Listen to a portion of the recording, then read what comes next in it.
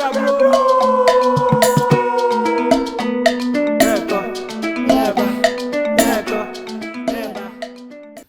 everyone, welcome to Books with Abena. Today in my seat, I'm really excited because I met Nana during the weekend and it was such an amazing experience. And so I invited her to my podcast and she's here. And Nana, welcome. Thank you for having me. Okay, so I'm going to read your bio Okay. and then we can start with the interview. Okay. Okay, so Wall Street Journal and USA Today best-selling author Nana Malone writes sexy feel-good romance and loves all things romance and adventure. Now, Nana tells me that she has 155 books. Yes. 155. Yes. I've been quite prolific. Do you remember the first book you wrote? The first book I wrote or the first book I published? The first book. Okay, so two questions then. First book you wrote, first book you published. First book I wrote was a horrible piece of work called A Temptation's Regret. It has never seen the light of day for very good reason. What happened? It was just bad. When I started that book, I knew nothing about characterization, conflict, motivation, goals. I knew nothing. And so my journey into writing was learning on the job, essentially, while I was trying to write that book. And it took 8 years to write. I tried to get it sold. I had some publishers interested in it, but no one bought it in the end. And thank God, because it was awful. But I was significantly faster and better the second time around, and I sold that book. So at what age did you discover you wanted to be a writer? Don't do the math because I'm 29 right now, and that's what I'm sticking to. Nobody do the math at home. I was, as I look at my cousin hoping for confirmation, I was 23, it was 2001. Okay. I'm 29, guys. No one do math. I was 2001, and I just read Bridget Jones's Diary. Yeah. And it was the first time I read a book that sounded like me and my cousins. At least it was not taking itself seriously. Yeah. And it was fun and funny, but poignant in this way that really people who are really good at humor can do. And it inspired me. I read it and I was like, oh, I can do this. Yeah. I could not, in fact, do this. And all attempts were met with failure. But it was the first time that, I've been a lifelong reader. I was the only 9-year-old with her own Agatha Christie collection. Okay. So with the kind with like the really thin vellum paper, full collection, really tiny print. I had good eyes then. But I never, and I loved romance, and I loved mysteries, and I loved suspense. I loved spy novels. Basically anything I could get my hands on to read, I was reading. And so, when I read Bridget Jones's Diary, I thought, yeah, I could do this. Yeah. It took me a while to learn some things, but I figured it out in the end. Okay. So for those who are new to your work, how would you describe the kind of stories you write? I write stories that are highly marketable. They're fun. They're romantic. They feature women of color, primarily Black women, a lot of African women, getting to fall in love and be loved out loud and ultimately. And that's what I love about this genre. Because when I started, I wanted to write books that belonged at the front of a Borders, as I age myself, still 29, may Borders rest in peace, or Barnes and Noble, or, Waterstones, or any prominent bookstore belonged at the front. Back then when I was reading, I didn't understand that those were paid placements, but I wanted the books that belonged there, that had a mass appeal, but featured women that looked like me and my family and my friends and my cousins. But because all the books that I loved to read at the time, it was chick lit was having its bit of a boom at the time. And I was like, oh, I love these books because they're all about the woman's journey to find herself and find love. But none of them featured anyone remotely brown or even remotely from another, maybe they were from the UK, maybe sometimes Australia, mostly the US. But they were all blonde or brunette or redhead and plucky. And I was like, there's got to be more in there's so much more in the world, and so many other kinds of stories to be told as well. Stories that feature culture a little bit more and make it a little bit more prominent. But that was my mission statement to myself, and I haven't deviated from that since. So let's talk about how you left your, was it a well-paying job? I did leave a well-paying job.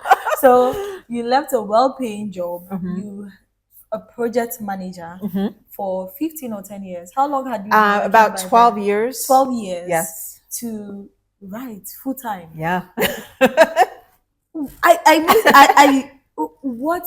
What made you get the courage to like just get up one day and say, you know what, I quit. I want to start writing. That's called that. What made me? It's a man. His name is Eric Malone, otherwise known as my husband. I mean, project management, especially in tech, especially for startups at the time, fantastic. I was very good at it. I'm very bossy. We'll call it assertive. But I was very good at my job, and I loved a lot of aspects of the job. But the job came with a lot of high stress and high pressure, and I'd done it very well for over a decade. And international teams counting on me, depending on me, which was great. The problem is when you work for startups, you are also doing many jobs that you're not being paid for.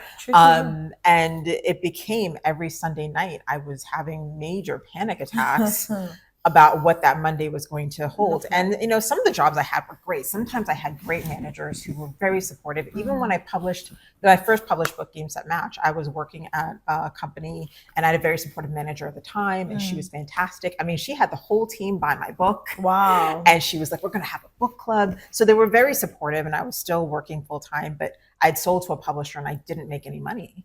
That $1 million I had in my head, I was like, I'm going to be a millionaire. It's going to be great. I'm going to like be flying first class to Ghana every summer. That I made $57 and like 12 cents. And so I was like, oh, and that was right at the advent of the Kindle. My mentor at the time, she looked at me and said, this is great. I love this for you. And I just had a baby as well. And she's like, I love this for you. Do you want to write full time? Do you want to write more and be a writer? And I said yes. And she goes, then keep writing. Wow. Because it doesn't stop with just the one. Yeah. And so I realized that I had to get smarter about how I wrote and faster to be able to make any money. And I didn't know what Kindle was going to do, but the first book I published on Kindle made the same amount of money as my first book in the first hour. And then it clicked with me that I could, because I mean, I worked in a business context, that I could make money, and then I had to figure out how to make money, and then take all the business acumen from the last decade to apply. But my husband is the one who sat me down. When I got my first big check from Amazon, that was like a prominent check. It was after Sexy and Stilettos released. Yeah. And he looked at me, and I was miserable at that particular job. And my boss was not supportive in that job. And that boss was making my life quite difficult. And I was like, okay, well, I have to leave this job. It's not tenable. And so I was like, I'll just look for another one. I mean, I can get hired easily. But he looked at me and he said, no, what if you don't?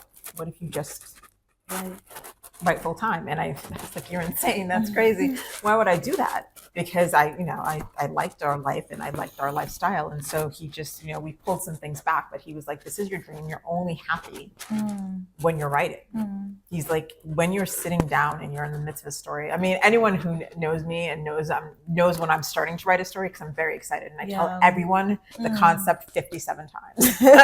I'll be like, oh my God, did I tell you about the story? Okay, he's my best friends. And I can't help it. And he's like, you light up when you're writing. And so he's like, we'll pull it back. And he's like, what the minimum amount you have to make before you have to go back is. And I looked at that amount that I had to make. And then that was my goalpost. And over the course of the years, I was like, okay, well, if I'm making less than this, I was not able to make this happen, and I have to go back. And that was 15 years ago, and I have not gone back. Wow. That's amazing. But did you face any rejections along the way? Like, I mean, publishing is hard. It's terrible. It's really difficult. But when you face a rejection, what was the sort of motivation that kept you going, even when the no's kept coming in? I'm just really stubborn. Which is a good thing. I mean, that's just, I think you have to have an internal driver. You know, like looking at people like my father who like, you know, having successful businesses over the course of the last 30, 40, 50 years in a place that like people don't even understand what you're doing. And then you have to educate. And I was like, if he didn't quit, why would I? Yeah. Are you kidding? Am I his daughter? Am I not his daughter? You know, at the end of the day. But I mean, I always say when people will always tell you that, oh, I've always wanted to write. I mean, the number of people that come up to me like, I've always wanted, but I never seem to find the time. And then I will look at them and be like, so I had a husband, a brand new baby, a high powered job, and somehow I found time to write. But you're telling me that you don't have time to you're write. Single and you're out every weekend, but you don't. Oh, okay, you not. I mean, okay, fine. Yeah, of course. So, I mean, you give up things and you give up time and you commit. I mean, not everyone can do it, but I mean, for me, I remember people, there were people in my life that were 100% supportive, you know, friends, some family, but then there were people who looked at me and were like, oh my gosh, it's really hard. And I would like, and I, as an adult now, I can look back at them and say, oh, they were projecting what their deficiencies were onto me. And I personally really hate the word no. I hate to be told that I can't do something. I'm really competitive. And if you tell me I can't do something, it's the number one way to get me to do the thing. I just love to prove people wrong. So stubbornness, basically. 155 books. Yeah. Is there like, I'm sure there's a routine, there's a kind of, how are you doing 155 books? I'm considerably slower now than I was, and that's by design. My daughter's older. She leaves for university in a few years, so I'm slowing down on purpose. And you're 29? 29. Stop doing the math. I already told you. Don't ask questions. It's magic math, okay? Listen. Okay. So I've slowed down on purpose, but for the first, once I figured out how I could write faster, I taught myself, because once I released Sexy and Stilettos and I got a big check and I was like, oh, I can make actual money. And then it occurred to me, I was like, well, if I had more books, then I would make more money. And so I just had to figure out how to be faster. And so I do what I always do. I'm such a student. I got some books and I was like, well, how to write fast. And for me, my process was learning the Pomodoro method. And then I had a daughter my daughter, I think she was like 1.5 at the time. And I learned that I could do anything in about 15 minutes. I could put a little laundry in at 15 minutes. I could do the dishes in 15 minutes. I could, and especially when babies are babies, you play with them for 15 minutes, they're happy. And then, they're off, chasing something else. And so when I realized that I could do things in 15 minutes, I was like, how much can I write in 15 minutes? Because I didn't have chunks of time. I had a toddler and, I was still working full time at the time. And I couldn't figure out how to make that like work. And so when I finally read a book, and it talked about like egg timers, which really were the Pomodoro method. And I said, well, how fast can I write in 15 minutes? And I, the first time I did it, I, wrote 100 words or a couple hundred words or something. And then I just trained myself to be faster. So every day I would get up and I was like, okay, wake up before the baby's up. If I wake up 30 minutes before her, I can write for that 30 minutes. I could write. And so I would wake up, and before, I wouldn't change clothes, I wouldn't do anything. I would literally go from bed to laptop and turn it on and just write, like with a timer for 15 minutes. Wow. And in the end, and then still about the case, I can write about 500 words in that time. I dictate now, so sometimes it's more. But that kind of discipline, and it still works to this day. If I'm smart, then I go straight from the bed to the computer and I do 15 minutes. Honestly, I have the best days that way. That's before the gym. I don't even I'm in my pajamas. I don't get coffee. I don't do anything. I grab my water bottle. I go straight to the laptop, 15 minutes. And I also, things that work for me don't necessarily work for everyone, but I learned to, in a day, if I had a word goal or a chapter goal or a scene goal, that to hit that goal, I had to always move forward. And so a lot of writers get caught up in the rewrite. Yeah. And then going back being like, oh, I have to read what I wrote. Yeah. Okay, yeah.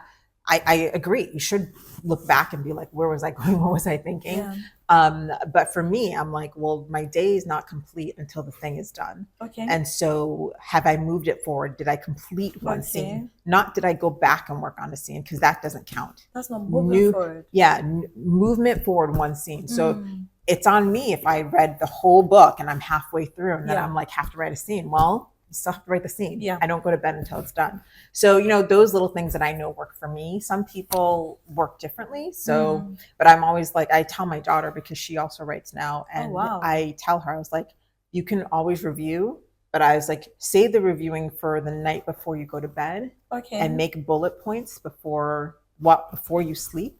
So the next day, your brain has already worked on what you need to write for the next day. Okay. So I think I picture that. You review in the evening before you go to bed. Yes. You wake up and go straight. Yes, straight. New words. That's amazing. That's amazing. Because your brain's already been working on it while you're asleep. Yeah. And even if you're slow, it's okay. You can be slow. Even if you write 10 words or 100 words or 1,000 words, it's forward movement first thing. Yeah. That works for me. Yeah. And I think that what I say to people is, whatever your writing time is, there are people who are night owls who like prefer to write at night. Yeah. And I get it, because the house is usually quiet then. And I say, like, give yourself fallow time before you write. So give yourself downtime, time for your brain to be bored. No devices. You can read. Reading is also like a great primer. Or I tell people I get ideas in the shower a lot. Like, do something or take a long bath or whatever the case is before you go and do the disciplined thing of getting the words out and moving it forward. So for me, the night before, I make my bullets of what I'm going to work on the next day. And then I go straight and I do something to progress that forward in the morning. And then I go work out and help yell at my daughter to stop taking so long in the bathroom. And, and I answer some emails, and because I'm running a business on top of it, and things have to happen, things that are waiting on me, people who are waiting on me. And so that's what I do. But, every writer is different, but like I highly suggest, even people who don't like process, like, find something that works for you and make it sacred, because at the end of the day, if you say you want to be a writer, writers write. So if you're not moving forward, because they're the people, and I was that person. It took me 8 years to finish the first book. I went to grad school and I got a job, and all kinds of, got married, and it's somewhere in there. But like every time I would sit down to start, I would start over again, and not like the idea, not like the concept, and change everything I've written. And I was never moving it forward. So once I figured out what worked for me, I was like, move forward always. And how has your writing evolved since you discovered this particular trick? Like, is this a lot of moving forward, or this is more of being very productive as a writer? Because I'm just looking at, it took you 8 years to write your first draft. And now it's taking you 15 minutes. How many months or weeks do you take to write, like, finish a first draft? First draft, I mean, it depends on the book, but and so I always say, I'm like, am I in trouble and did I give the wrong timeline? Or am I at my leisure? I mean, if I have to, I can do a first draft of about 80,000 to 95,000 words in 2 weeks, if I have to. I don't suggest that. That's a lot of pressure and stress. This is when you have a deadline, right? Yes, this is on a deadline. I have messed up my schedule somewhere. Don't do that. And then that means that I am in trouble and I have messed up. I can do it in 2 weeks, provided I don't have anything else to do. So, provided my daughter is not in volleyball season and I have to drive. I mean, can I do it around those things? Yeah. And so for like that timeline, around 2 weeks, that's about 10,000 words a day, every day. Give myself a break on the weekend, but even that, I would push through the weekend to make sure that I have time at the end in case I have a new plot idea. It means that there's zero editing that happens. It means that every time I get an idea or I'm like, oh no, like, this is much better, I want to change this, I mark it down in my edit notebook and act as if I've made that change so that Okay. I'm always moving Yeah, forward. yeah. So there, like I have tricks of the trade that make that happen. And so like in the 2 weeks, I will have 80,000 to 95,000 words. Okay. If I have more time, I prefer to take 3 weeks to a month to draft the first draft. Okay. And then I'll take another, and that's the process now. Okay. In the past, I've written 2 books at once, which also I don't suggest because there's character bleed. I used to be, I'm 29, but when I was younger, it was easier to like keep the characters separate in my brain. Yeah. And just in the morning, I would do one book, and in the afternoon, I would do one book. Or I would do one book all week, and on the weekend, I would have a dessert project, which I still do. I still like that aspect. I really do. But like, there's just less mental capacity. Yeah. Like when my daughter was a baby, it was easier because, you know, you play with her for 20 minutes and that's easy. Now she's a teenager and actually needs you. And like, it takes more brain space for real conversations and those kinds of things. And so, you know, I like you make the things work. So like I said, I'm slower now by design. But I used to write 2, sometimes 3 books at once. All your books on Kindle? Yes, they're all available on Kindle or whatever e-reading device you like. Right. Yes. So how many of them came out as in hard copies? Are all of them also available? Yes, all of them are also available in print. In print yes. as well. And so you can grab them all on Amazon or Barnes or if you want them in stores, like if you're in the US or the UK and you want them in stores, the ones that you'll find, because the ones from my other publisher are now defunct, but the ones you'll find is Game Set Match because that's the latest publisher release. So when we're talking bookstores, that's a whole different conversation because there's the independent publishing side, which is me. Sometimes you'll find them in bookstores. So it depends on where they get pushed out to per my partnerships and aggregators. So sometimes you'll find my books in Target in the States, although I know Americans are mad at Target right now, but or Walmart or whatever the case may be, depending on which aggregators push it out. So sometimes that happens. But the primary one would be Gold Coast Dilemma, which is the one that's with the publisher, and they have pushed that widely, worldwide, across the universe. That's the one that you'll find in the store, but you can have your store order it as well because they are available in hard copies. So I think there was this. So who or what shaped your ideas or your thoughts on love, relationships, romance? Because trust me, you would not find a lot of people. I write. What do you write? Romance? Like love stories, of course. Can you be serious? Yes. Well, listen, when we first moved back to the States, I know we get them here, but like we see the South African version, soap operas. Yeah. My mother was obsessed with soap operas, and my cousin and I, we weren't allowed to watch soap operas because nonsense. There was kissing, so my mother was like, "No, what do you want to watch this for?" But we were curious. I was fascinated. And so still remember our house in Massachusetts, the stairs, the staircase, the family room was on one side, on the other side of the stairs. And we weren't allowed to be downstairs. We were supposed to be upstairs playing or doing homework or whatever. We were not. We would hang off the edge or the stairs, the banister, listening and kind of peeping to watch small. The way we avoided a beating, I have no idea. Because I'm the taller of the two, so I would stand and hang off, and then she would kneel and hang off, and we'd be watching. And we were like, I was fascinated. But I wanted to know why this person and not that person, because I would say, no, well, this guy is rich and he takes care of things, and of course that makes sense. But then like the heroine in the story would like fall for someone else, and I was like, what do you mean? That one drives a motorcycle. Why would you ever? Like it didn't, and so it didn't make sense. And so I was curious. I was like, well, what motivates people and why? And why this choice? And why would you do that? And then my favorites were always the ones with mystery or something. There was an author back in the day, Sidney Sheldon. Again, I mean, Sidney Sheldon. Sidney Sheldon. I was so hooked on Sydney Sheldon. Listen, the one. Okay, what's the title? If Tomorrow Comes, I will never forget that one.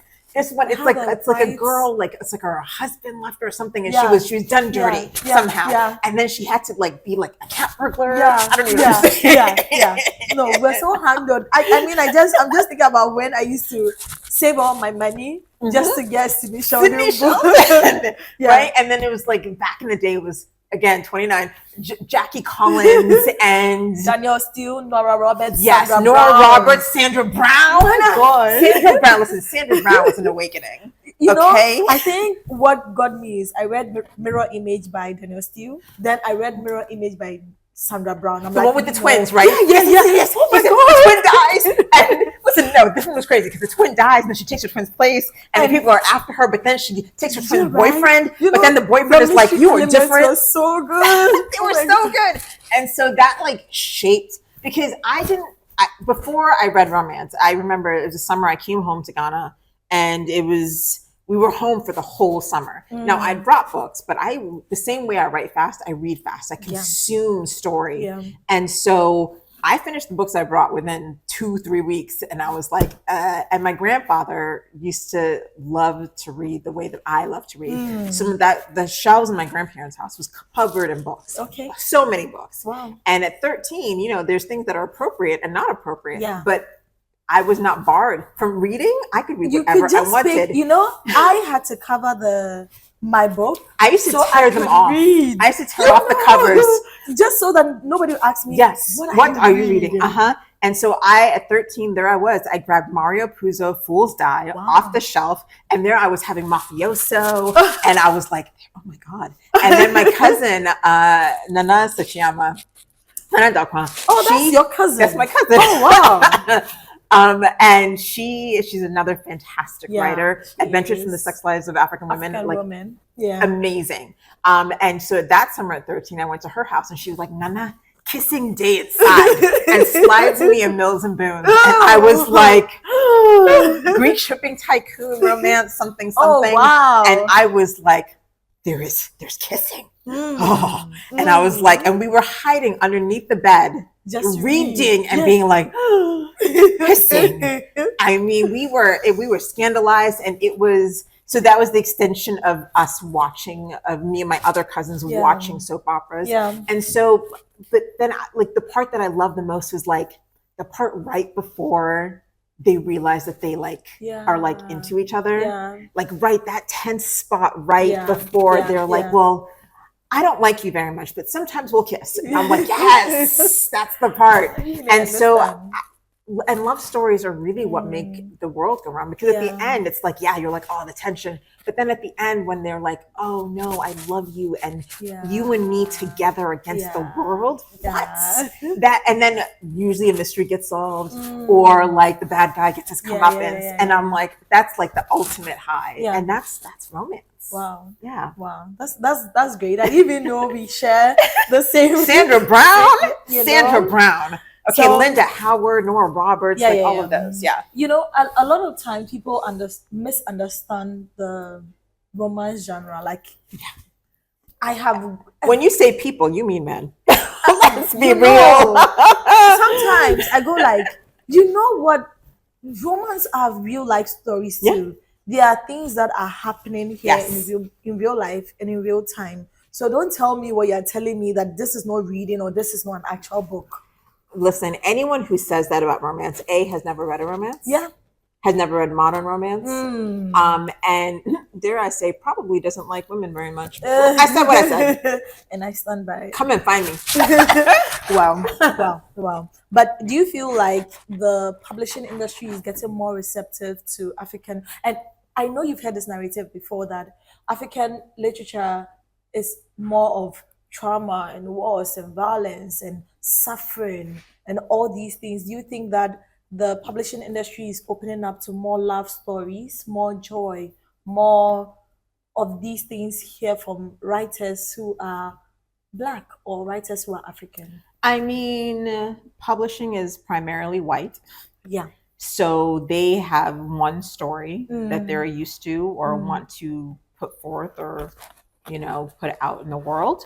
And so for them, anyone with brown skin has to have a struggle story. Yeah. And so there are those of us in the industry in the States and abroad as well who have been fighting that. And when I wrote Gold Coast, I was very clear. I was like, this is a rom-com because African girls get rom-coms too.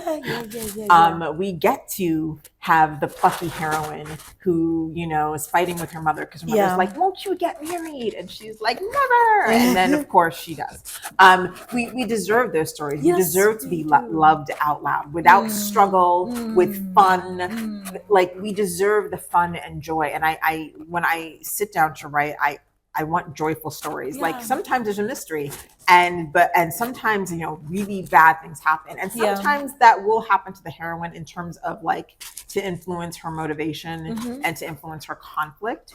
But in the end, the actual story itself is never traumatic. The actual story of, well, no, there was a kidnapping one, but that honestly, that was just really fun. But like the actual story itself is not traumatic. It is not struggle love. It is not hard. Like, usually the hero is chasing after her like, let me love you, and she's like, I don't need your love, you know, and he has to, you know, sometimes there's some like kidnapping, and sometimes, you know, he has to like be like, but I love you, and she's like, because for a long time we've had this kind of conversation in the literary space where we go like, well, we are telling our story but there's rape. We are telling our story, but there's domestic violence. Yes. We are telling our story, and sometimes I pick a book and I'm like, oh my God, can I just get something easy? Yeah. We deserve easy. Yeah, like I we want deserve something soft. for me, if I'm in a reading slum, I go to romance first. That's my first go-to. And this month, I think I've read about 4 or 5 romance, like just like that, because that's the only thing that can get me out there. And if I have to pick a book and I have to go through all of that again, then I don't want to. Yes, I mean, at the end of the day, I think, look, there are all kinds of stories to be told. Are there stories of difficulty and things that we have to learn from? Yes, you know, and in Gold Coast, I do touch on that. You know, they're located. The story takes place in New York. This Ghanaian girl and her family. And they're quite wealthy, but for her, she's choosing, she wants to work and like, you know, and her mother's like, but why work? Just go get your master's and get married. But like she encounters racism. But I always say, look, I'm feeding you some like I'm feeding you cake. This is cake. There's a happy ending. Mostly people are happy, but I'm sliding you it's vitamin enriched cake because there's like some slight. I ground up some vegetables and like baked in inside. You know, I'm like, it's spinach. You're not gonna taste it. And so like, I think you can do it delicately, but I think publishing is used to the thing that beats people over the head because they're like, oh, well, it has to be important. And I think that a lot of people, when they think literature, they're like, well, it has to be important. If it's important, it can't be woman focused and it can't be about pleasure. And I think that that's wrong because you can include joy without having to only showcase the pain. And I think that that's what happens too often. That's a quote. That right there. Yeah, you can, to come to joy, you do have to go through some trials and tribulations, but it doesn't, you can make joy the primary centerpiece and focus and not the pain. Wow. So we've been talking about Gold Coast Dalima. How long has it been out though? Gold Coast came out at the end of April. Still 29. Yeah. Still 29. Yes. You're forgetting that we are I'm still 29. Don't worry. True. I'm 29. So, don't worry about my age. Listen, I'm immortal. Okay. Don't worry about it. How have people received the book so far? Oh, I mean, the reception has been beautiful. Every day I get somebody sharing it or DMing me, telling me, especially firstborn daughters, firstborn African daughters who are telling me, oh my gosh, this book like healed something in me. But then also like just people who are not African or people, but even people who aren't from like other parts of the world, who are from like quote unquote the West. Like some like I'll have these like random white women who'll be like, oh my God, this is my mother. And I'm like, oh, so do we all just have the same mother? Is that what we're doing? But because while the central story is a love story and it's a rom-com, but there's a secondary story which is between mothers and daughters, and that kind of like that tightness and the need for that connection and furthering cultural ideals and like the pressure that gets put on firstborn daughters a lot. And it always warms my heart because someone will say, I felt so seen Wow. when I was reading this. And that's all I wanted was for someone else to pick up the book and be like, I see myself. Wow. And then I believe in love because I see it happening for this person. And love comes in the most unexpected places because we've all tried to make love happen. Apparently the love potions don't work, which is weird because I thought maybe they worked, but they don't. So you just have to, wherever it comes, however it comes, you have to just be willing and ready to accept it. But the title, Gold Coast Dilemma, how did the title come to you? Oh, Charlie, that's for the title, please. Please don't re-traumatize me. What's up with the title? Because I'm like, Gold Coast Dilemma. What's happening? So I personally think the title should have been Gold Coast Glamour. But anyway. Wait, what happened? Publishing. Okay, publishing. Editing. Publishing happened. Publishing happened. Yeah. So we were looking, because the title went through many iterations, many what iterations. Was it in the beginning? So originally I wanted to call it Darabas. Which to all my Ghanaians, that would have made so much sense. Yes, but for commercial viability, no one knows what Darabas means except for my Ghanaian if you girls. Take it outside of Ghana, nobody knows. So no one and then it was like, someone was like, spoiled rich, and I was like, well, she's not spoiled, but she is, because if you say Daraba here, people are like, they immediately know who they're dealing with. And then it's like, but we couldn't translate it. And then the other issue was trying to find, they wanted a 3-title situation, 3 words title, and we went through, and so I was like, okay, I needed to I needed to be Ghanaian. Okay. And so I was really, I was like, it has to have a Ghanaian something in it. And we finally landed on Gold Coast, and I was like, it's the old name, but I was like, because we were called Gold Coast because of our riches, and I was like, it is very wealthy, and to give it that yes, it is very wealthy. It is very she is an heiress, to give it that claim. And then the last word.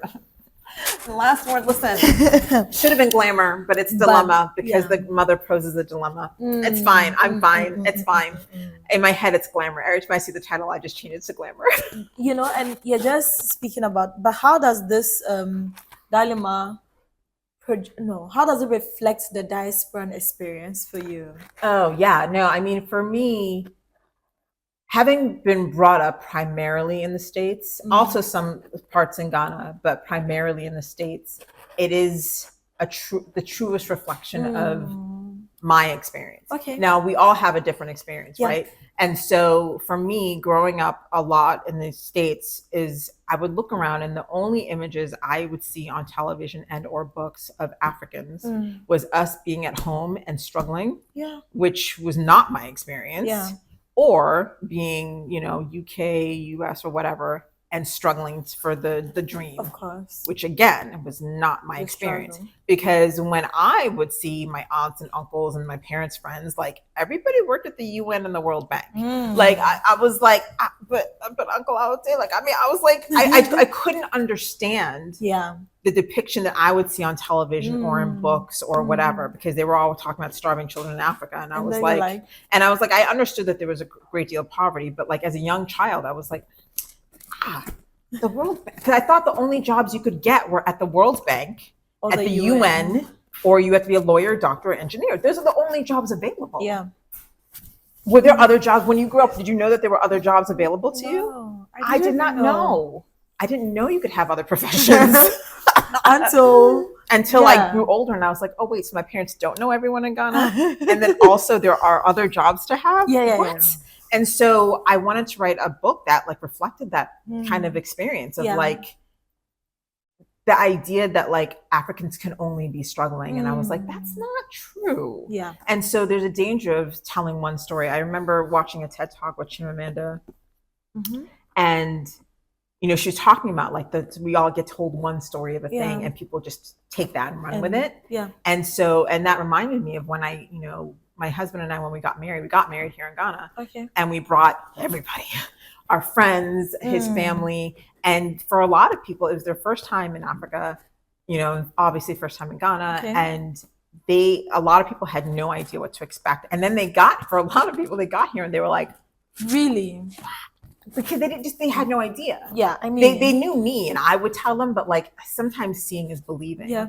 And so you really don't know until like yeah, someone shows you. And so Yeah. what I did is I poured so much of that into Gold Coast, as much as I could take from Ghana. You know, like everyone's like, oh, but you set the book in the States. And I was like, well, because Yeah. most of my upbringing was in the States, and like how I came into adulthood was in the States. And then September 11th happened, Yeah. still 29. And then I moved back home to Ghana, and then I moved to the UK. So like I have these like pockets of me. They're all me. Yeah. And they're all part of my experience. Now, some other people from the diaspora will have a different experience when they come and how they experience America. But like, I mean, I put in my experience in like corporate America, the racism that Ofisoa receives, the like, oh, who you should be dating, how that looks on paper, what you think you want. All of that comes from like experiences that I've had or my cousins have had, or like from like first account knowledge that reflects us. Now,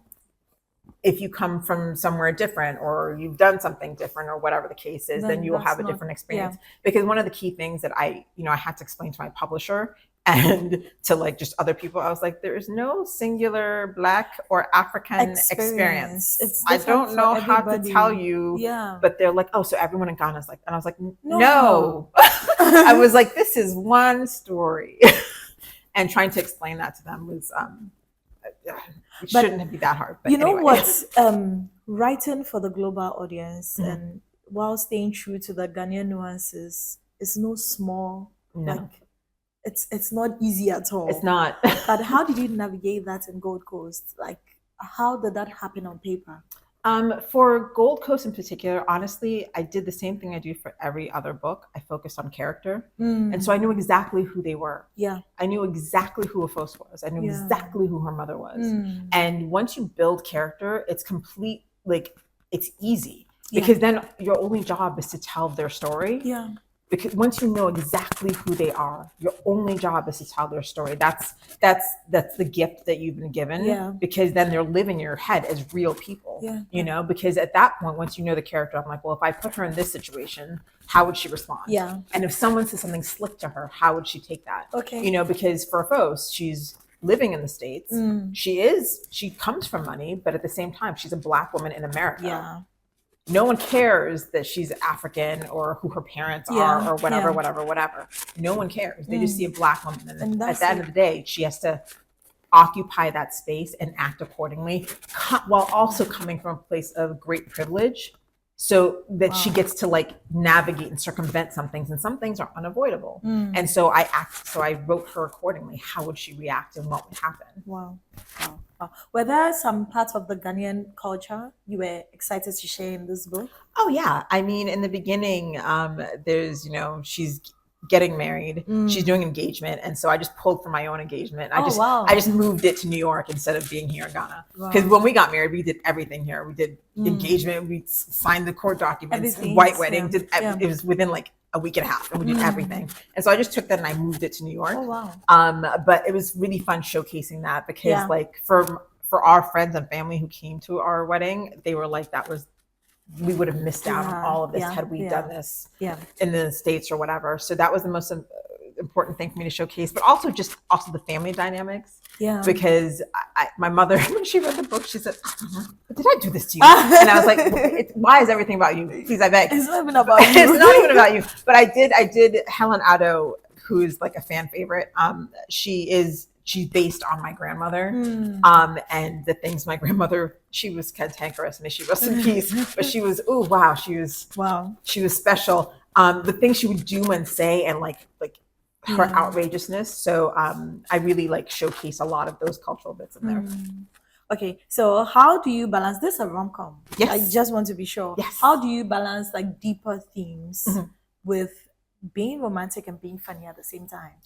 Well, for me, every time, I'm always funny. I mean, honestly, I stay funny. Like, I mean, it's just part of my personality. My husband does not agree, but anyway, what does he know anyway? So, I mean, I think the humor is in my style. Yeah. And it's just that's part of it. Like, I can't help it. My family knows I'm always the one making us.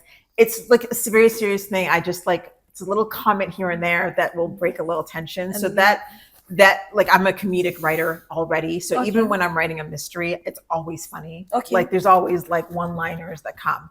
But the romance, every time for me, every time Cole and Aphos were on page, the goal was to build a relationship. Wow. That was point blank period. Wow. So whether they're fighting, that's part of their relationship. Whether they're fighting, they're talking about work, whether he's trying to become her friend. Yeah. All of that is building trust. So the point that I can flip that from like enemies or friends or whatever the case to lovers, then it makes sense. So it's always building. Every time Helen Otto was on page, it was cultural and it was funny. Yeah. And that was the point. That was Helen's job. And then whenever her cousin Kukwa and her roommates were on page, they were there for humor and support. Oh, wow. Wow. And so like, and that's how you grade it. And then I outline my books. So I would go through each chapter or each scene and I'm like, what's the prevalent kind of like undertone of this theme? And then everything gets color coded. Okay. And so when at the end I step back and I look at the outline and I look at the colors, like I'm like, if something is red is romance usually. So if it's red, then it can stay. Okay. But like if it's like there's too much blue or there's too much yellow or like and it's unevenly balanced, then I'll go in and add the green, which is, like more poignant, important stuff, more vegetables or whatever, or there's not enough yellow, which is usually friendship for me, then I'm like, I'll go in and add more. So what is the takeaway for the readers who want to read your book? What's the one thing you want everybody to take away from reading the book? That every single one of us is deserving of love and is there for you. Another quote. And all you have to do is be willing to grasp it when you find it. Oh, that's so sweet. Anyway, where can we find your books in Accra? I'm making this about Accra because most of our audience are in Accra, Nigeria, in Africa. So well, we're working on getting bookstore placements, so we should be getting that by the end of this week. Okay. But you can always find my books. Because I do ship internationally. Okay. So shop nanamalone.com. Okay. You can you can always get it. Or if you do your Amazon and have it shipped to you. Amazon, if you go to Google, type in Nana Malone, the way that it will just all come to you so fast. Yeah. You can get 155. 155. There's so many. Guys. There's so many. But Amazon will also ship to Ghana. Okay. So. Any final words for aspiring African romance authors or writers? As long as you believe in love, you can be a romance writer. Like as long as you're willing to make love the focus, you can be a romance writer. And then in terms of like logistics of writing, like move forward every day. Writers write, so write every day. I believe in it. Even if I write 10 words, I write every day and I move a story forward. And that's the most important thing, honestly, is write every day and to keep forward progression. Yeah. Because it's very easy to write the same 10 words every day. That's good. It's very easy to like just keep going in circles and rewrite it. And people talk themselves out of things that way. We're going to play a game. Oh boy. This fun and quick fire. Okay, yes, I'm ready. You have just like 1 second. I'm ready. Put this on the Let's do it. Let's go. A romance trope you never get tired of. Enemies to lovers. Interesting.